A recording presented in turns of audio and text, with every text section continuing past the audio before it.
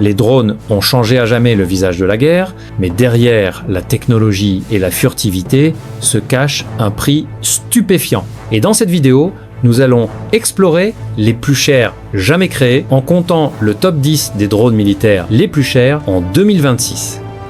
Numéro 10. Nous commençons notre voyage dans la stratosphère des dépenses avec la machine qui a sans doute lancé la folie moderne de la guerre des drones, le MQ-9 Reaper. Maintenant, c'est pas juste un avion télécommandé que vous achetez au magasin de loisirs. C'est un chasseur-tueur qui coûte environ 30 millions de dollars par unité, et ce prix peut monter en flèche selon le paquet de capteurs. Et imaginez une machine avec une envergure de 20 mètres, capable de voler à 480 km/h, elle est terriblement efficace. Le Reaper a été conçu pour être le grand frère plus méchant du Predator, et il est vraiment à la hauteur du nom de famille. Il peut transporter une charge utile de près de 1700 kg, qui comprend généralement un mélange de missiles Hellfire et de bombes à guidage laser. Mais voici le hic, et c'est pourquoi le prix est justifié, c'est l'endurance. Cette chose peut rester en l'air pendant 27 heures d'affilée. Imaginez simplement l'ennui pur du pilote, assis dans un conteneur au Nevada, pendant que cette chose tourne autour d'une cible à l'autre bout du monde. Elle a effectivement changé notre façon de combattre, transformant la guerre en jeu vidéo pour l'opérateur, mais un cauchemar pour la cible. C'est l'étalon or, l'icône de la guerre des drones. Mais croyez-le ou non, en termes de prix, le Reaper n'est en réalité que l'entrée de notre menu aujourd'hui. Il est cher, bien sûr, mais au fur et à mesure que nous descendons cette liste, vous allez voir des chiffres qui vont vous faire pleurer. Au fait, si vous aimez la technologie militaire et voulez voir ces analyses chaque jour, écrasez ce bouton d'abonnement tout de suite pour ne pas manquer la folie que nous avons en préparation. Numéro 9. En nous éloignant du matériel américain pendant un instant, nous devons parler d'un chef-d'œuvre d'ingénierie du Moyen-Orient, le Héron TP. Vous pourriez l'entendre appelé Eitan en Israël, ce qui se traduit par inébranlable, et ce nom n'est pas un hasard. C'est le plus grand véhicule aérien sans pilote d'Israël, et c'est un géant absolu.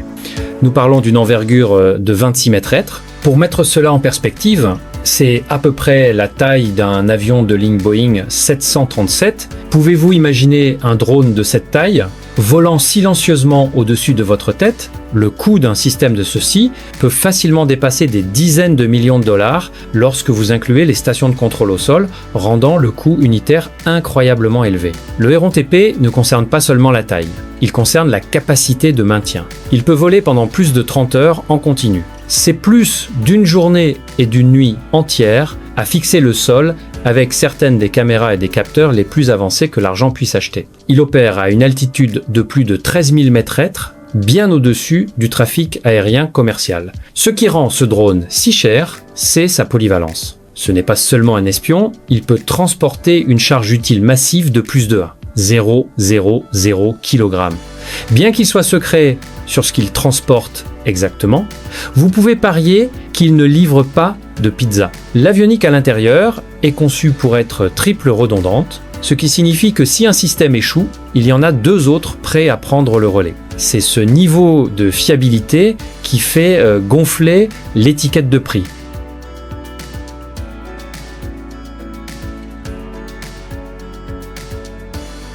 Numéro 8. Maintenant revenons à la famille Reaper, mais ce n'est pas le Reaper que vous avez vu au début, c'est le MQ-9B Sky Guardian. Vous vous demandez attendez, n'avons-nous pas déjà fait cela? Pas exactement. Pensez au Sky Guardian comme le Reaper qui est allé à l'université et a obtenu un doctorat en sécurité. Le Reaper standard est une arme de guerre, mais le Sky Guardian est conçu pour voler dans l'espace aérien civil. Cela peut sembler ennuyeux, mais c'est en fait une révolution technologique qui coûte une fortune. Pour obtenir la certification de voler aux côtés des avions de passagers au-dessus des villes, ce drone a besoin d'une technologie radar de détection et d'évitement qui est de pointe. Il a une envergure de 24 mètres et peut voler pendant 40 heures stupéfiantes. C'est presque 2 jours de temps de vol. La Royal Air Force britannique appelle leur version le Protector et cela semble juste. Il est construit pour survivre aux impacts d'oiseaux et aux coups de foudre, des choses qui abattraient des drones moins robustes. Il est également conçu pour les conditions météorologiques extrêmes. Il a des systèmes de dégivrage sur les ailes pour pouvoir voler à travers des couches de nuages froids qui gèleraient d'autres drones. Le coût par unité se situe autour de 30 à 40 millions de dollars, mais le coût de développement pour le rendre suffisamment sûr pour les cieux civils est ce qui fait grimper le prix. C'est le premier drone qui peut vraiment s'intégrer dans le monde dans lequel nous vivons sans avoir besoin d'une zone de guerre restreinte pour opérer.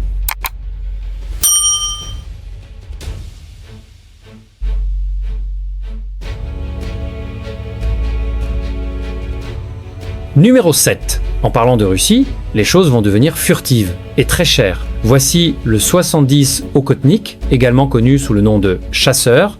Si les drones précédents ressemblaient à des avions, cette chose ressemble à un boomerang du futur. C'est un drone de combat furtif lourd et c'est la réponse de la Russie à la domination occidentale dans les cieux sans pilote. La conception est une aile volante, ce qui signifie qu'elle n'a pas de queue, ce qui la rend incroyablement difficile à détecter pour le radar. Cette technologie furtive n'est pas bon marché. Alors que les prix exacts dans le complexe militaire russe sont souvent des secrets d'État, les estimations placent le coût du programme et le coût unitaire confortablement dans les dizaines de millions de dollars élevés, rivalisant potentiellement avec les avions de chasse haut de gamme. Il pèse 20 000 kg au décollage, c'est massif, il est conçu pour voler comme un ailier fidèle au chasseur Su-57. Imaginez un pilote dans un jet, contrôlant 3 ou 4 de ces drones fantômes pour éclaireur, devant ou absorber le feu ennemi. C'est le concept ici. Il peut atteindre des vitesses de 1000 km/h, ce qui est en fait l'un des drones les plus rapides de notre liste. La peau de l'avion est recouverte de matériaux spéciaux absorbant le radar, qui sont incroyablement difficiles à fabriquer et à entretenir. De plus, il transporte ses armes à l'intérieur du corps pour rester furtif. L'ingénierie nécessaire pour faire voler un avion sans queue de manière stable à ces vitesses nécessite des ordinateurs de vol qui sont essentiellement des superordinateurs. Numéro 6. Retournons au porte-avions pour quelque chose de vraiment unique. Le MQ-25 Stingray n'est pas un chasseur. C'est une station-service. Je sais, une station-service volante semble moins excitante qu'un camion à missiles, mais écoutez-moi. Pendant des décennies, la marine américaine a dû utiliser ses avions de chasse pour ravitailler d'autres avions de chasse, ce qui est un gaspillage massif d'argent et de vie du moteur. Voici le Stingray. Le seul but de ce drone est de décoller d'un porte-avions, de voler et de ravitailler des jets de combat en plein vol, étendant leur portée de centaines de kilomètres. Le contrat pour ce programme valait plus de 700 millions de dollars rien que pour le développement, et les unités individuelles sont estimées coûter lourdement en raison de la technologie complexe d'atterrissage sur porte-avions. Faire atterrir un drone sur le pont d'un navire en mouvement qui tangue et roule dans l'océan est l'une des choses les plus difficiles qu'un ordinateur puisse faire. Le MQ-25 le fait de manière autonome. Il a une forme distinctive avec des caractéristiques furtives, bien qu'il ne soit pas entièrement invisible au radar. Il transporte environ 6800 kg de carburant, pensez simplement à la logistique de cela. Il fait économiser à la marine des milliards à long terme en épargnant au Super Hornet, le service de ravitaillement, mais le coût initial pour acheter ces machines est astronomique. C'est le joueur de soutien ultime. Il n'obtiendra pas la gloire du kill, mais sans lui, les chasseurs ne peuvent pas atteindre la cible. Numéro 5. Maintenant, nous sautons dans la division poids lourd de la surveillance. Le RQ-4 Global Hawk est là où les prix commencent à ressembler au PIB d'une petite nation insulaire. Nous parlons d'un coût unitaire qui a historiquement tourné autour de 120 millions de dollars et avec les améliorations, il monte encore plus haut. Pourquoi ? Parce que cette chose est essentiellement un avion espion U-2 sans le pilote. Il a une envergure massive de près de 40 mètres, c'est plus large que de nombreux avions de ligne commerciaux. Il vole à 10 à 8000 mètres d'altitude. À cette hauteur, il peut surveiller 100 000 km² de terrain en une seule journée. C'est comme scanner tout le pays de la Corée du Sud en 24 heures. Les capteurs à bord sont si sensibles qu'ils peuvent, soi-disant, lire une plaque d'immatriculation depuis la stratosphère à travers les nuages et les tempêtes de sable. Il utilise un radar à ouverture synthétique qui coûte une fortune, lui permettant de voir la nuit et par mauvais temps comme si c'était une journée ensoleillée claire. Le Global Hawk ne concerne pas le tir, il concerne le savoir. Dans la guerre moderne, l'information est plus chère que les explosifs. La taille pure des données qu'il collecte nécessite une bande passante satellite massive, ce qui s'ajoute au coût d'exploitation. C'est une bête lente, naviguant à environ 570 km/h, mais il peut rester là-haut pendant plus de 32 heures. C'est l'ultime œil dans le ciel, et l'étiquette de prix reflète le fait qu'il voit tout.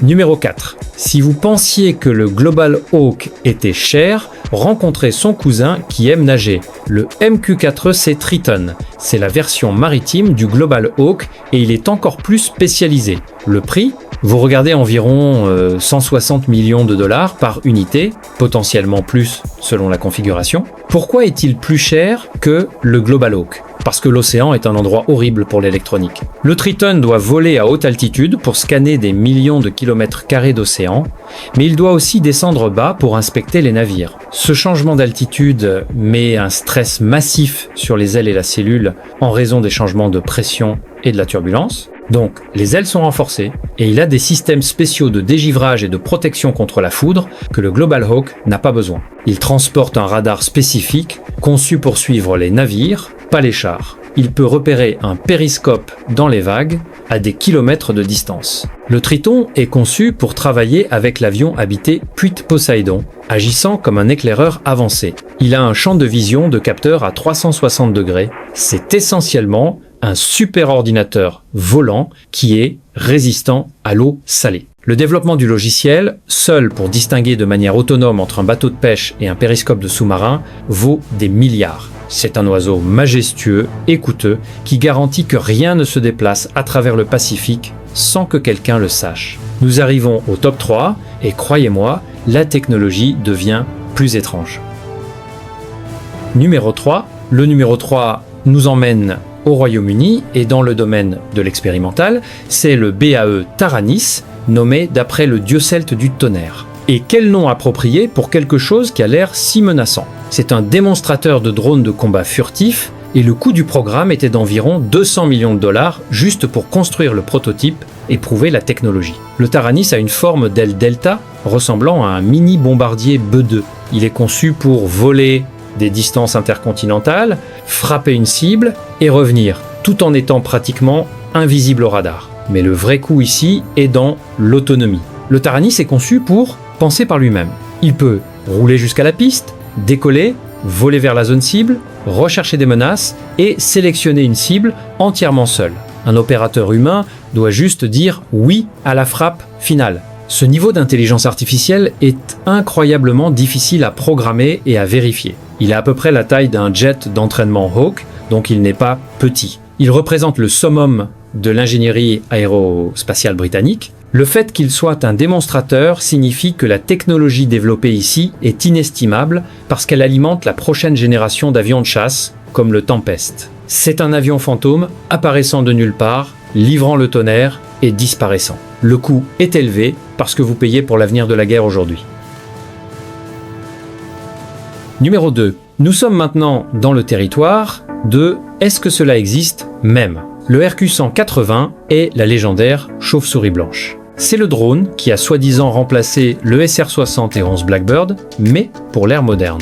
Le prix, nous ne pouvons que deviner, mais les estimations suggèrent un coût unitaire bien au-delà de 300 millions de dollars, peut être beaucoup plus. C'est un drone furtif à haute altitude classifié développé par Northrop Grumman. Nous avons à peine vu des photos de lui, principalement juste des formes floues près de la zone 50 et 1 ou au-dessus des Philippines. Il présente une conception d'aile cranked kite qui est incroyablement efficace pour la furtivité et la longue endurance. Le RQ-180 est conçu pour pénétrer l'espace aérien le plus fortement défendu du monde. Des endroits où même le F-35 ou le F-22 pourraient avoir du mal à rester cachés. Il transporte de l'équipement de guerre électronique pour brouiller les radars ennemis et collecter des renseignements sans jamais être vus. Les matériaux utilisés sur la peau de cet avion sont probablement des générations en avance sur ce que nous voyons sur les avions commerciaux conçus pour gérer simultanément la chaleur et les ondes radar. Lorsqu'un projet est aussi secret, le budget est généralement un chèque en blanc. Vous payez pour la capacité d'aller n'importe où sur Terre.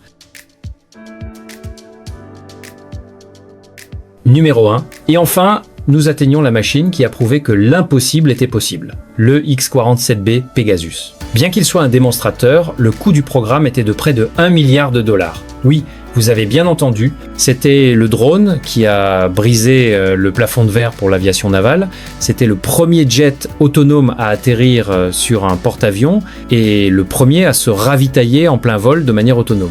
Il ressemble à un vaisseau spatial, une aile volante élégante sans queue, conçue pour la furtivité et les opérations sur porte-avions. La complexité du X-47B est époustouflante. Il devait s'intégrer à l'environnement occupé et chaotique d'un pont de porte-avions, répondant aux signaux manuels de l'équipage du pont et se catapultant du pont comme un chasseur habité. Les données recueillies auprès des 2 unités X-47B construites sont ce qui a ouvert la voie au MQ-25 et à chaque futur drone de combat. Il avait une envergure de 10 à 9 mètres et pouvait transporter 2000 kg d'armes dans des baies internes. C'était pas juste un drone, c'était un pilote robot qui était meilleur que les pilotes humains pour atterrir. La pure quantité de recherche et développement, de codage et de tests qui a été mise dans cette plateforme en fait, livre pour livre, l'un des systèmes sans pilote les plus chers et les plus précieux jamais construits. Il est maintenant à la retraite. Et voilà les amis, c'était les 10 drones les plus chers du monde. Laquelle de ces machines vous a vraiment impressionné? Faites-le nous savoir dans les commentaires ci-dessous. Et n'oubliez pas de liker et de vous abonner si vous voulez voir beaucoup plus de classements comme ceci.